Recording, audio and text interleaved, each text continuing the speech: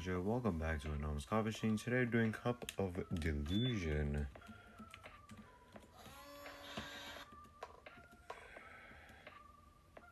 Here we go.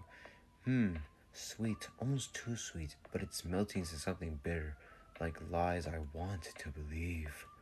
Everything feels light, unreal, like floating on the edge of a dream I can't wake from. The walls are breathing.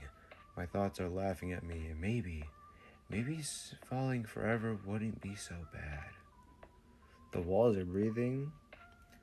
What about the fucking floors are breathing? Okay, what are you? You are a will-o-wisp apron? Okay. That has to do with delusion? I mean, sure, I guess. Oh, whatever. Okay, that is the Cup of Delusion. If you enjoyed this episode, please stay tuned for the next video. Bye-bye.